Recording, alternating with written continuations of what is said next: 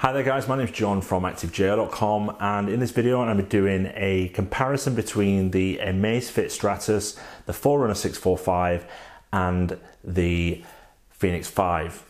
Now the reason I've chosen these watches is simply because the Forerunner 645 in my opinion has got a lot of features that are pretty similar, and the Fenix 5 is a really good fitness watch, but it's a lot more expensive. So I wanted to call out the key differences between all three watches to help people decide if the Stratos is a good entry-level watch for them, or they want to spend that little bit extra money for the other watches that are available. Now before we get started in this video, as always, there's links in the description below that will give you up-to-date live pricing of all the watches. Clicking on those links if you choose to buy does help ActiveJR, so I just want to be fully transparent with that. And also check out my other social media and my website, which has got loads of other fitness information, smart home and fitness tech. So guys, that's all that out of the way. Let's get straight into the video. First of all, starting with the design. If you look at all three watches, they all look pretty similar. The Forerunner 645 and the Fenix 5 are pretty similar design, but the Stratos is slightly bigger.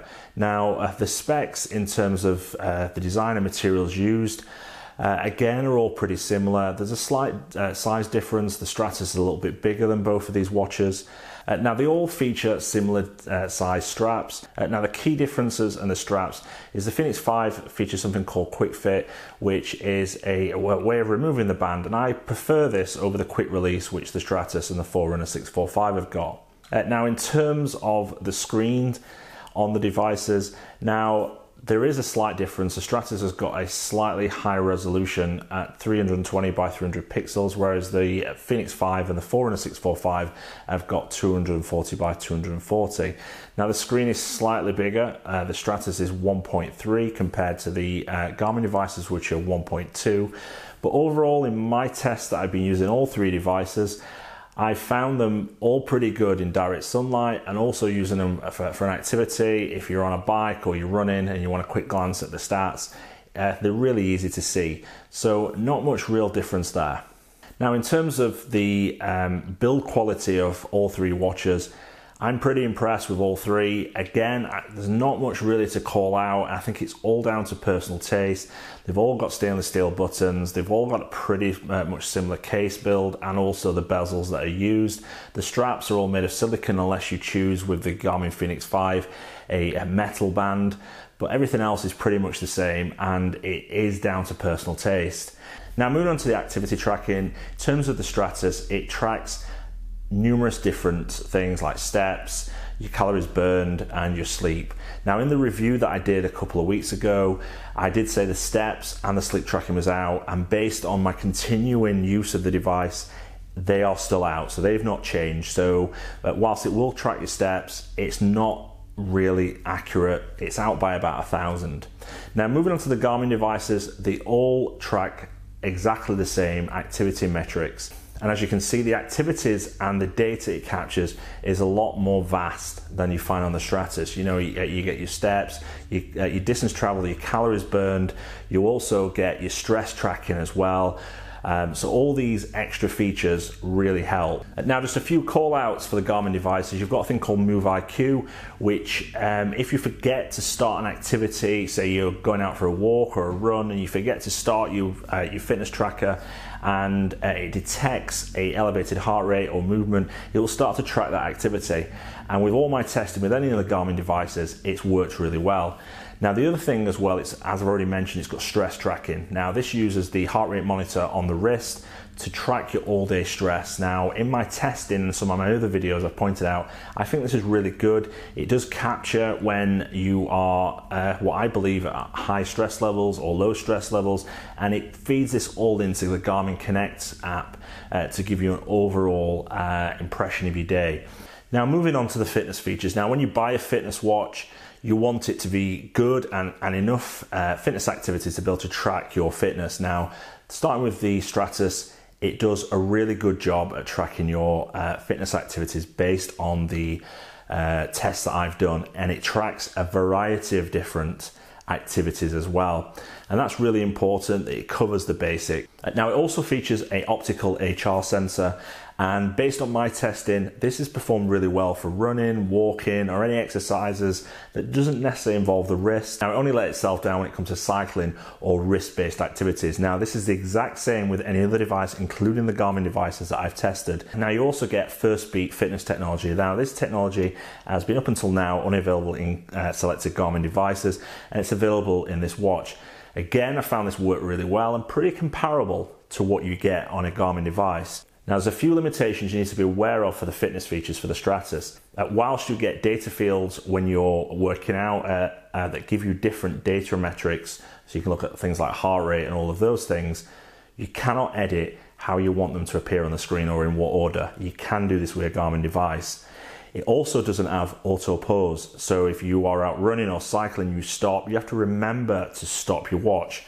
Whereas on a Garmin device and other fitness watches, it does have this feature. The other thing, when you've stopped the activity and you're wanting to look at your stats, you can't do that. With other devices such as Garmin or a Sunto, or in this case the Forerunner 645 and the Fenix 5, you can swipe through the stats and look at the data screens when it's paused. With this, you only see the distance and the time.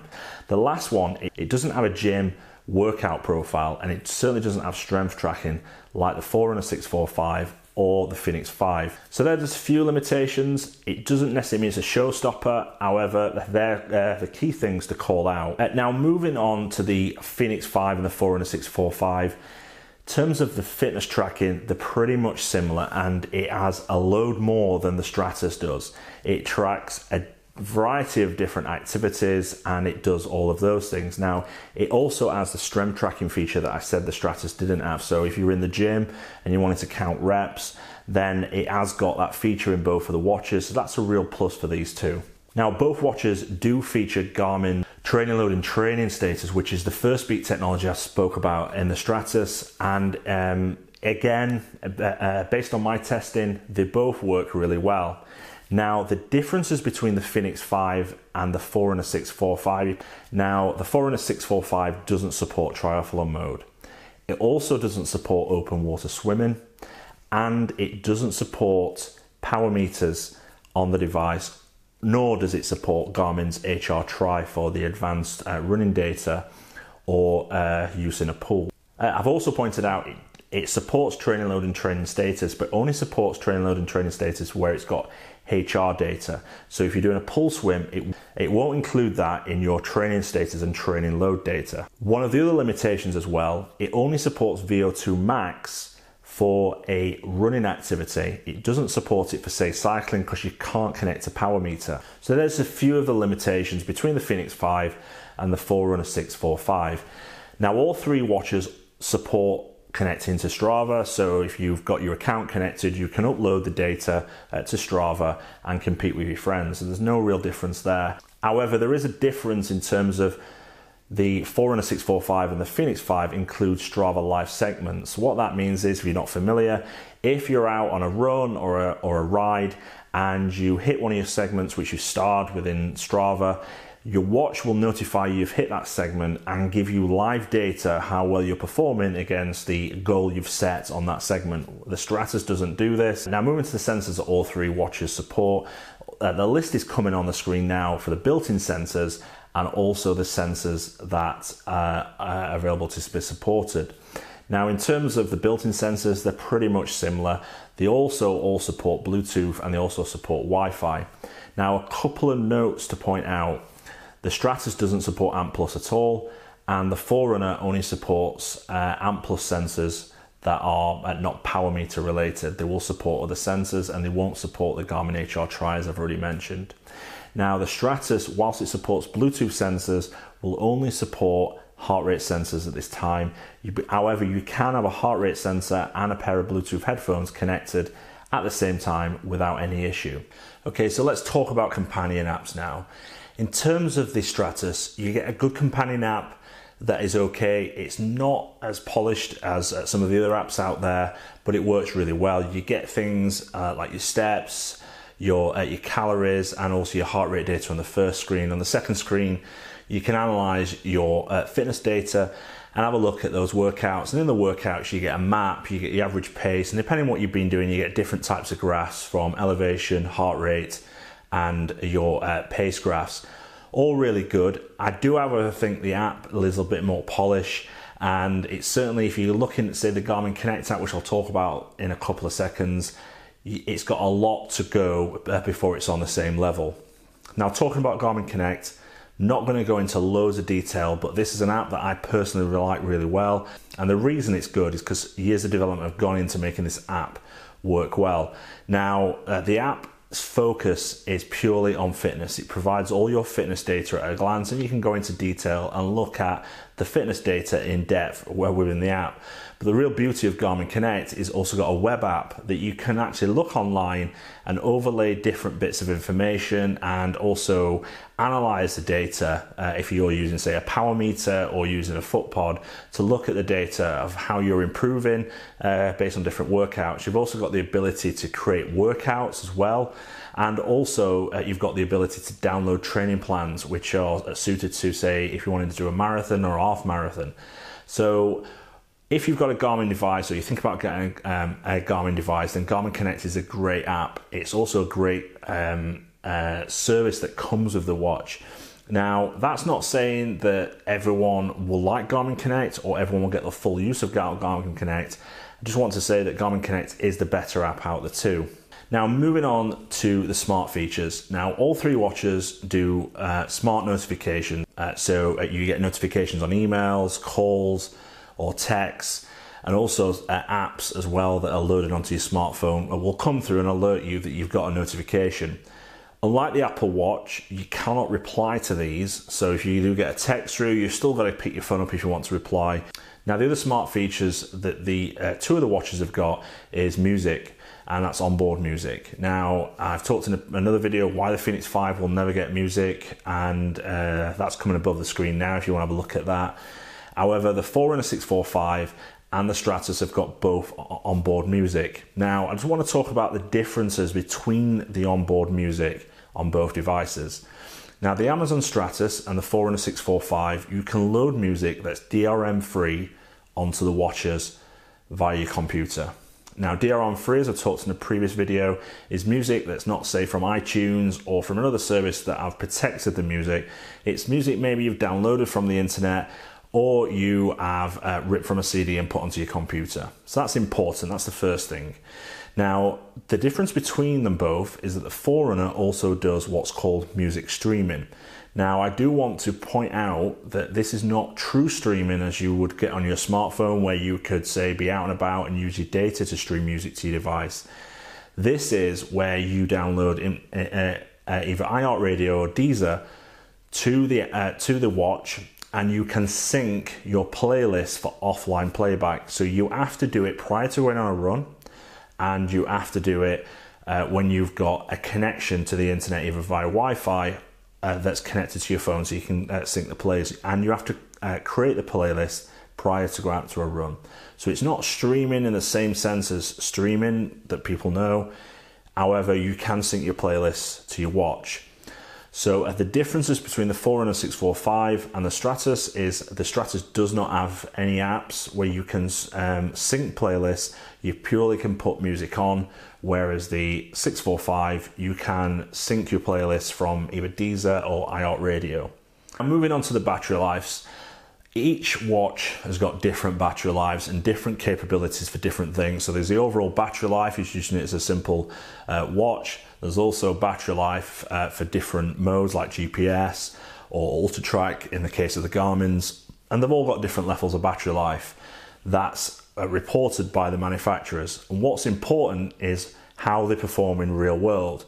So in particular, the Amazfit Stratos, based on my testing, based on, say, going for a run, cycling or swimming, average use, what I would call, it was only lasting 2 to 3 days compared to a 5 days battery life. Now, I know the people that have commented and said they've been getting 5 days battery life, but it all depends on use case. If you're really going to be a heavy user in your watch, you're not going to get the full 5 days. You'll get about 2 to 3 days.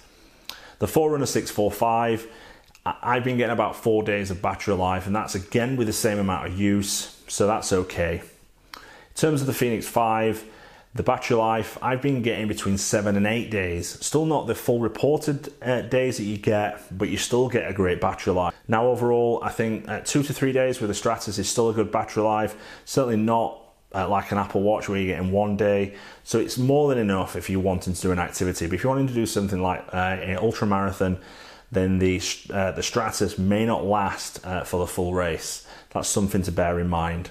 Okay, so wrapping up this review, it's obvious that the Garmin devices are certainly a step ahead of the Stratos. You know, the Garmin Connect app, the added fitness profiles, the step tracking being a bit more accurate, but also just how it's all hung together and how it's all polished makes the Garmin devices one step ahead. And I think that was pretty obvious for anyone that's got a understanding of these devices or that's been looking at these watches for quite a bit of time. That was to be expected. So this video is not necessarily about which one is best, it's about which one is best for you. So you're starting with the Stratos. The Stratos, if you are looking at a fitness watch and you've got a fitness tracker right now, say like a Charge 2, and you're wanting to take that step up, but you don't want to spend all that money on a Garmin device, then at the price this is selling at, it's a really good device. You get some really good fitness features, some good tracking features, and a OK app that will, in my opinion, the entire package will only get better with time. So that's a real positive. It's a really good price device. Looking at the Forerunner 645 against the Stratos, you do get Garmin Connect. That's the big benefit. And if you're wanting to analyze your data and go into a lot of detail, then you're going to get a good app there. You're also going to get the great support you get from Garmin, and you also get the added fitness features such as strength tracking and gym workouts. Is it worth the extra £100 to £200? I'm not too sure, but it's something to consider. Now, when you look at the Fenix 5, in my opinion, this is one of the premium sports watches. It's a really good watch. You get a load of features. Now, I do think it's a lot of watch for a lot of people.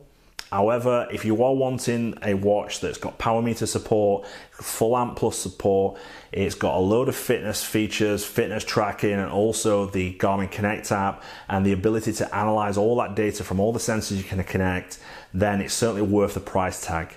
So what you've got to do really is decide how much of a fitness watch you want, how much features you want, and then make a decision based on that. Thanks very much for watching this video. Hopefully it's been useful and give you an overview of all three watches. It's hopefully giving you information that you needed. If it has, please give me a thumbs up. If you've got any questions or comments, please leave them in the comments below. I will come back to you. And please subscribe to the channel. It's really appreciated. So thanks very much, and I'll speak to you soon.